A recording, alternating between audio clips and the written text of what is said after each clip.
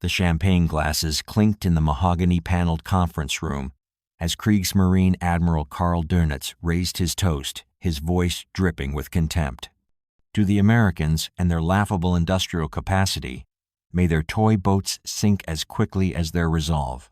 The fate of the Atlantic, and perhaps the entire war, hung on whether one nation could outbuild another in a race against time and U-boats. The clatter of typewriter keys echoed through the Reich Ministry offices in Berlin as intelligence reports filtered in during the autumn of 1941. The acrid smell of cigarette smoke mixed with leather-bound volumes, while cold marble floors reflected the confidence radiating from Nazi naval commanders. German naval intelligence had been monitoring American shipbuilding capacity since the Lend-Lease Act passed in March, and their assessment bordered on dismissive mockery. The Americans, wrote Kapitän Sir C. Wolfgang Luth in his classified assessment dated October 15, 1941, possess neither the industrial sophistication nor the maritime tradition to challenge German naval supremacy. Their shipyards are antiquated, their workers inexperienced, and their designs primitive.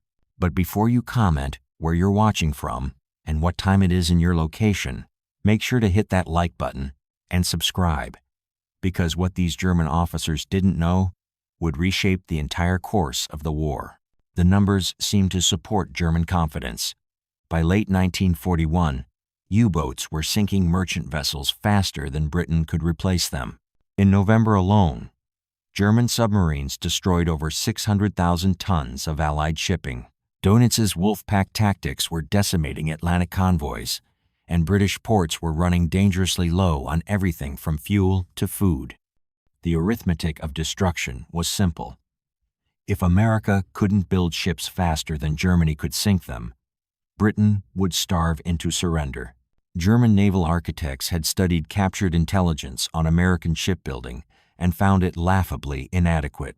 Traditional shipyards, like those in Newport News, took 8 to 12 months to complete a single cargo vessel using time-honored riveting techniques. The Germans calculated that even if America doubled its shipyard capacity, they could never match the rate of destruction their U-boats were inflicting. From his Hamburg office overlooking the Elbe River, Reich's transportation minister Julius Dortmuller penned a confidential memo that would later become evidence of Nazi hubris. American industrial capacity remains focused on civilian automobiles and consumer goods. They lack the heavy industrial infrastructure necessary for maritime warfare. Their shipyards employ antiquated methods that Germans abandoned a decade ago. The sound of hammering rivets rang across American shipyards from Portland, Maine to San Francisco Bay, but German observers dismissed these efforts as insignificant. What they failed to recognize was that something revolutionary was already taking shape in the minds of American industrial planners. Henry Kaiser, a man who had never built a ship in his life, was studying factory assembly lines with the intensity of a chess master planning checkmate. On September 27, 1941, as autumn leaves crunched underfoot at the Bethlehem Fairfield shipyard near Baltimore, the first Liberty ship slid down the ways into the choppy waters of the Patapsco River. The SS Patrick Henry, named after the Virginia patriot who had proclaimed, "Give me liberty or give me death," represented more than just another cargo vessel. Germany had built its submarine fleet on the assumption that industrial warfare favored the defender. Their U-boats could strike from concealment and disappear, while Allied shipbuilders would struggle to replace losses using conventional methods. This tactical calculation had worked perfectly against British shipyards, which continued building vessels one at a time using skilled craftsmen and traditional techniques. But across the Atlantic, American engineers were abandoning tradition entirely. In shipyards from coast to coast, the sound of riveting was being replaced by something the Germans had never heard before: the steady hiss of electric welding torches working around the clock. The first Liberty ship had taken 244 days to complete, a timeline that seemed to confirm German predictions of American inadequacy. Nazi naval planners calculated that at this rate, American shipbuilding would never threaten their submarine campaign. They were measuring American potential, using German assumptions about how ships should be built. They had no idea that everything was about to change. What the German High Command couldn't foresee was that American industry was about to transform shipbuilding from a craft into a science, turning out vessels not by the dozens, but by the thousands. The question wasn't whether America could build ships, it was whether the world's oceans could contain what was coming. The screech of metal cutting through metal pierced the morning air at the Richmond shipyard as Henry Kaiser stood watching his workers dismantle everything the maritime industry thought it knew about building ships. American industrial survival depended on whether one man's radical ideas could overcome 3 centuries of shipbuilding tradition. The sharp smell of acetylene torches mixed with salt spray from San Francisco Bay, while the rhythmic pounding of pneumatic hammers vibrated through steel decking beneath Kaiser's feet. It was January 14th, 1942, and the man who had built the Hoover Dam was about to revolutionize an industry that had changed little since the age of sail. Kaiser had studied Henry Ford's assembly lines with the intensity of a general planning invasion, and now he was applying automobile manufacturing principles to something that had never been mass-produced: 10,000-ton cargo ships. "We're not building ships," Kaiser told his engineers in a meeting that would reshape naval warfare. "We're manufacturing them." The difference was everything. Traditional shipbuilding required master craftsmen who spent years learning to shape steel into seaworthy hulls. Kaiser's method required workers who could be trained in weeks to perform specific, repetitive tasks. Where conventional shipyards built vessels from keel to deck in sequential stages, Kaiser's yards would construct ships in sections that could be assembled simultaneously across multiple workstations. By February 1942, the first results of Kaiser's revolution were becoming visible. The average construction time for Liberty ships had dropped from 244 days to 196 days. German naval intelligence noticed the improvement, but dismissed it as insignificant. Kapitän Helmut Witte, analyzing Allied shipping reports from his Berlin office, wrote, "Marginal improvements in American construction times pose no strategic threat. Their yards remain incapable of matching our rate of destruction." But Kaiser was just getting started. The innovation that would terrify German planners was happening in Portland, Oregon, where the sound of welding torches never stopped. 3 shifts worked around the clock, and the shipyard's electric generators consumed enough power to light a city of 50,000 people. Kaiser had discovered that ships could be built like automobiles, not as unique crafted vessels, but as identical products rolling off an assembly line. The breakthrough came when Kaiser's engineers realized they could prefabricate entire sections of ships in separate buildings, then transport them to the ways for final assembly. Hull sections weighing hundreds of tons moved on railroad tracks, while massive cranes lifted deckhouses into position like children's building blocks. What had once required months of skilled work was reduced to hours of coordinated assembly. Mass production had come to the sea. March 26, 1942, marked the launch of the SS. Robert E. Lee completed in just 72 days.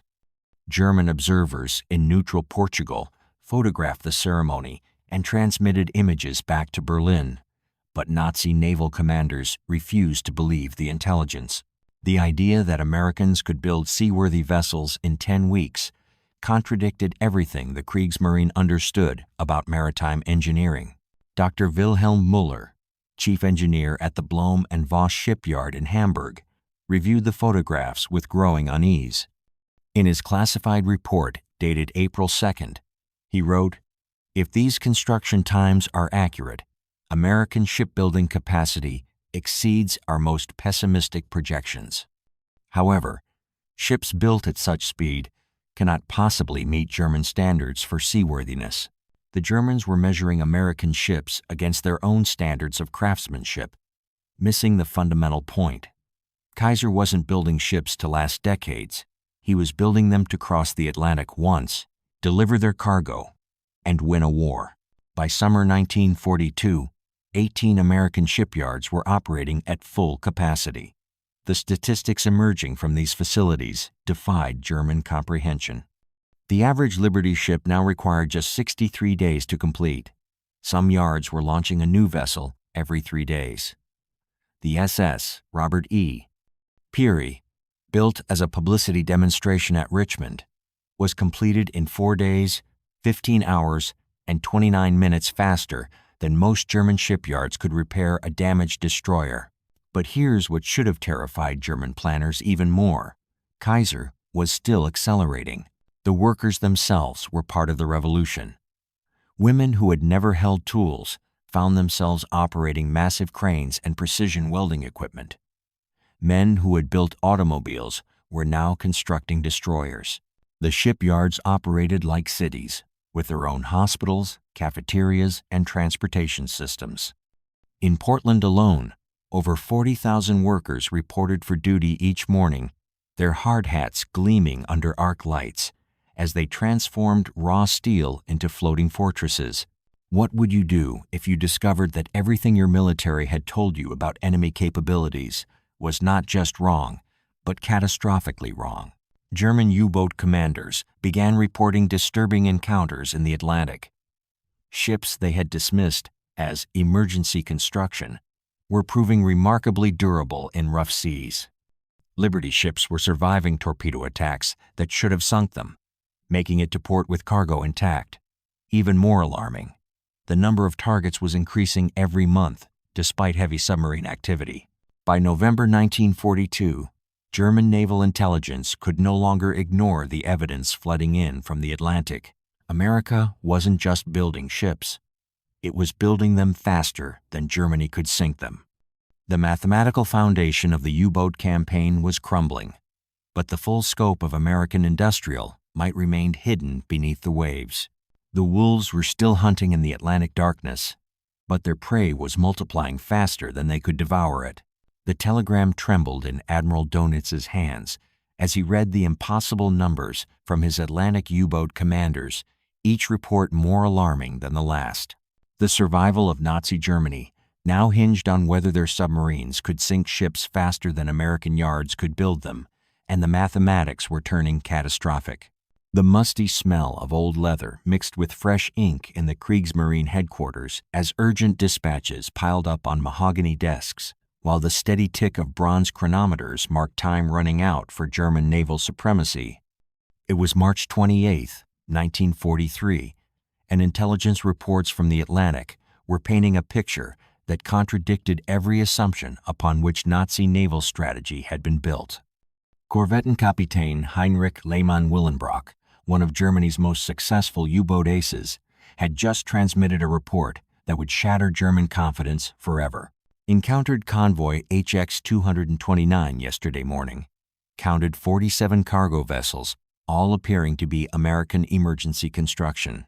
Sank 3, but convoy proceeded with minimal delay. These ships absorbed torpedo damage better than intelligence predicted. Request confirmation of enemy construction numbers. Current estimates appear impossibly low. The German naval staff had built their entire Atlantic strategy on one fundamental calculation.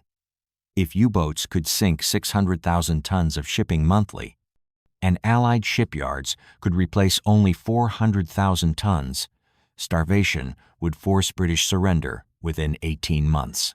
But by spring 1943, American yards were launching new vessels faster than German intelligence could count them.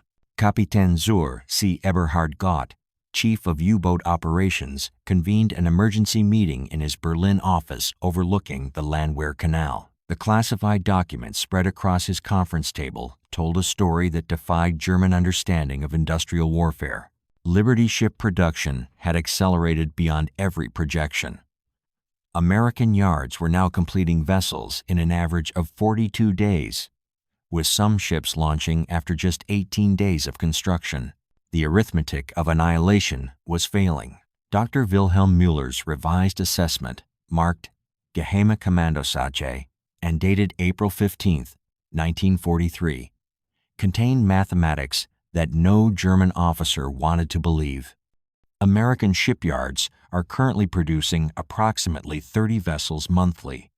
At current rates, they will launch more tonnage in 1943 than our submarines have sunk since war began.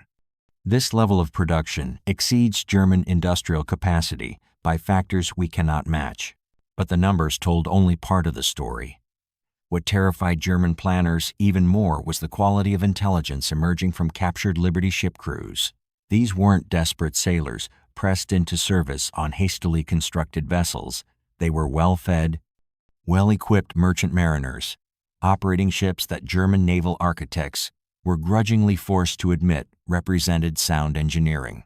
Oberleutnant Hans Rudolf Rosing, commander of U-boat 158, transmitted an encounter report that would circulate through every level of German naval command.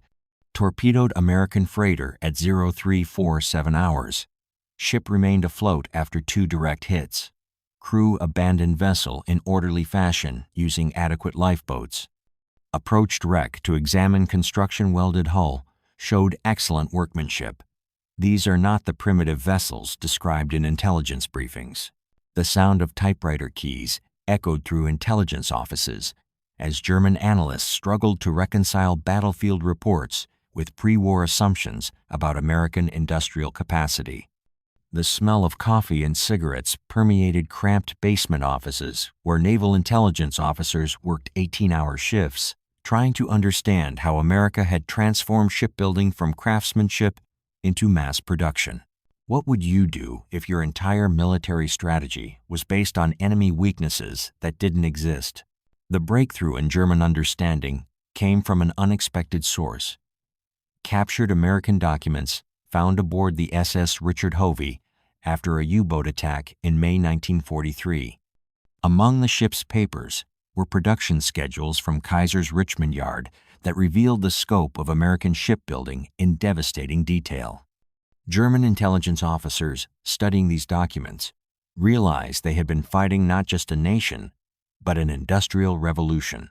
The schedule showed 18 different American shipyards operating simultaneously, each producing Liberty ships at rates that exceeded the capacity of Germany's entire maritime industry.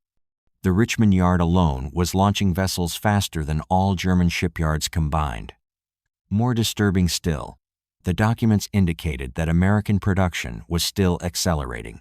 Kapitän Kurt Freiwald, analyzing intercepted radio communications from Liberty ship convoys, documented the psychological impact on German submarine crews. Our commanders report increasing reluctance among crews to engage convoys of 40 or more vessels. The mathematical probability of successful attack decreases as convoy size increases, while risk of counterattack rises proportionally. Morale is declining as crews realize they are fighting an enemy with unlimited resources. Industrial warfare had become a war of mathematics, and Germany was losing the equation. By June 1943, German naval intelligence had compiled statistics that painted a picture of industrial capacity beyond Nazi comprehension. American shipyards were employing over 180,000 workers across 18 major facilities. These workers, many of them women who had never seen a shipyard before Pearl Harbor, were producing vessels at rates that defied every historical precedent for maritime construction. The SS Robert E. Peary, completed in 4 days and 15 hours at Richmond, represented more than just a publicity stunt. It demonstrated that American industry had transformed shipbuilding into something resembling automobile assembly. German naval architects examining photographs of Kaiser's yards realized they were witnessing manufacturing techniques that their own industry couldn't match. Admiral Karl Dönitz, reviewing intelligence summaries in his East Prussian headquarters, wrote in his war diary, "American shipping replacement now exceeds our destruction rate by significant margins. The Battle of the Atlantic cannot be won through submarine warfare alone. We are fighting an industrial colossus that grows stronger each month." The Germans had dismissed American industry as weak and divided. Instead, they had awakened a sleeping giant whose capacity for production would soon overwhelm not just their submarines, but their entire conception of what was possible in modern warfare. But the full revelation of American industrial might was still to come. And when German officers finally grasped the complete scope of what they faced, it would shatter their confidence in ultimate victory forever. The final intelligence report landed on Hitler's desk with a thud that seemed to echo through the crumbling halls of the Reich Chancellery, its contents spelling the mathematical doom of Nazi Germany. The Third Reich's survival now depended on whether German industrial capacity could match an American production miracle that had already made the outcome inevitable. The acrid smell of burning documents mixed with stale cigarette smoke in the Reich Ministry bunkers, while the distant rumble of Allied bombers overhead punctuated desperate planning sessions that were months too late. It was November 8, 1943, and the classified report marked Führer's Eyes Only contained statistics that would have been dismissed as Allied propaganda just 18 months earlier. American shipyards had completed their 2,000th Liberty ship, with production still accelerating. The numbers were staggering beyond German comprehension. In October alone, American yards had launched 97 Liberty ships, more vessels than Germany's entire merchant marine possessed at the start of the war.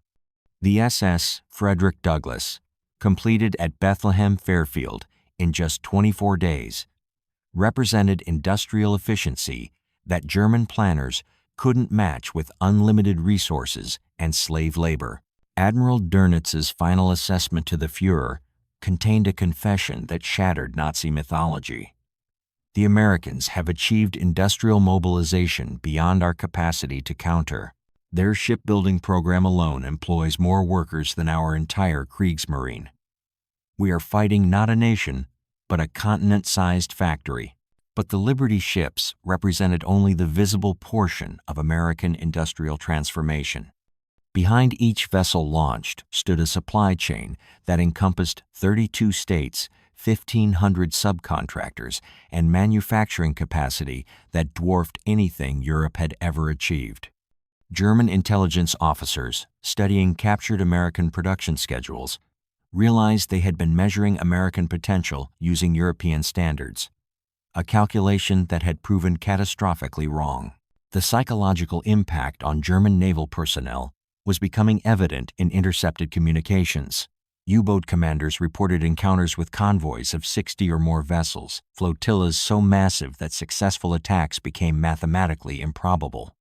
Korvettenkapitän Otto Kretschmer, Germany's most successful submarine ace, transmitted a report that circulated through every level of naval command.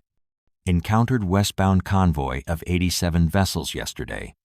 Could not submerge fast enough to avoid escort detection. These are not convoys, they are floating cities. By December 1943, German submarine commanders were avoiding large convoys entirely, seeking smaller targets that wouldn't overwhelm their limited torpedo capacity. The hunter had become the hunted, and the mathematics of submarine warfare had reversed completely. Industrial supremacy had become the war's decisive weapon. The true scope of American production became clear when German intelligence analyzed Liberty ship deployment across multiple theaters simultaneously. While Atlantic convoys supplied Britain and the Soviet Union, identical vessels were supporting Pacific operations from Australia to Alaska. The same ships that carried Lend-Lease supplies to Murmansk were delivering troops and equipment to Guadalcanal, Tarawa, and dozens of other battlefronts.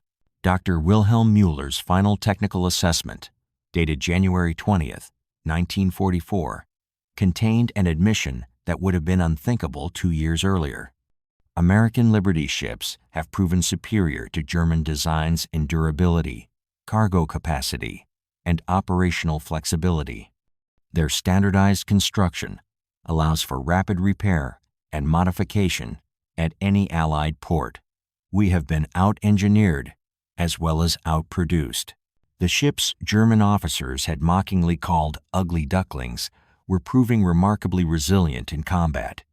Liberty ships survived torpedo attacks, continued operating with significant battle damage, and maintained schedules despite submarine harassment. More importantly, damaged vessels could be repaired quickly using standardized parts manufactured in American factories and shipped to ports worldwide.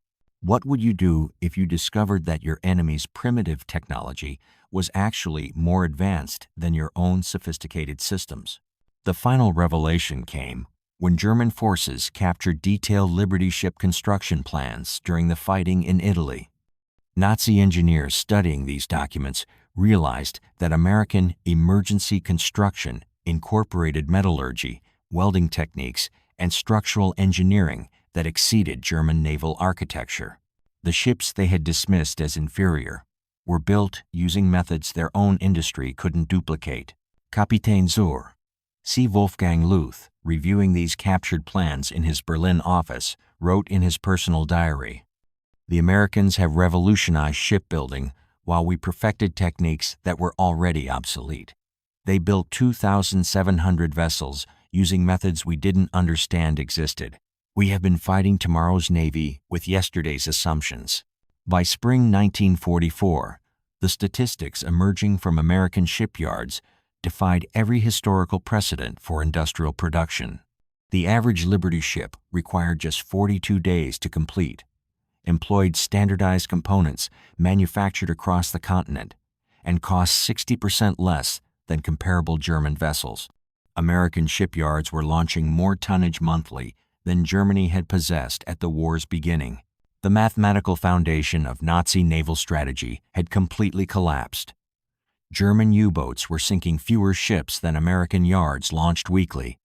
The Battle of the Atlantic wasn't just lost, it had become a demonstration of industrial capacity that no military force could counter.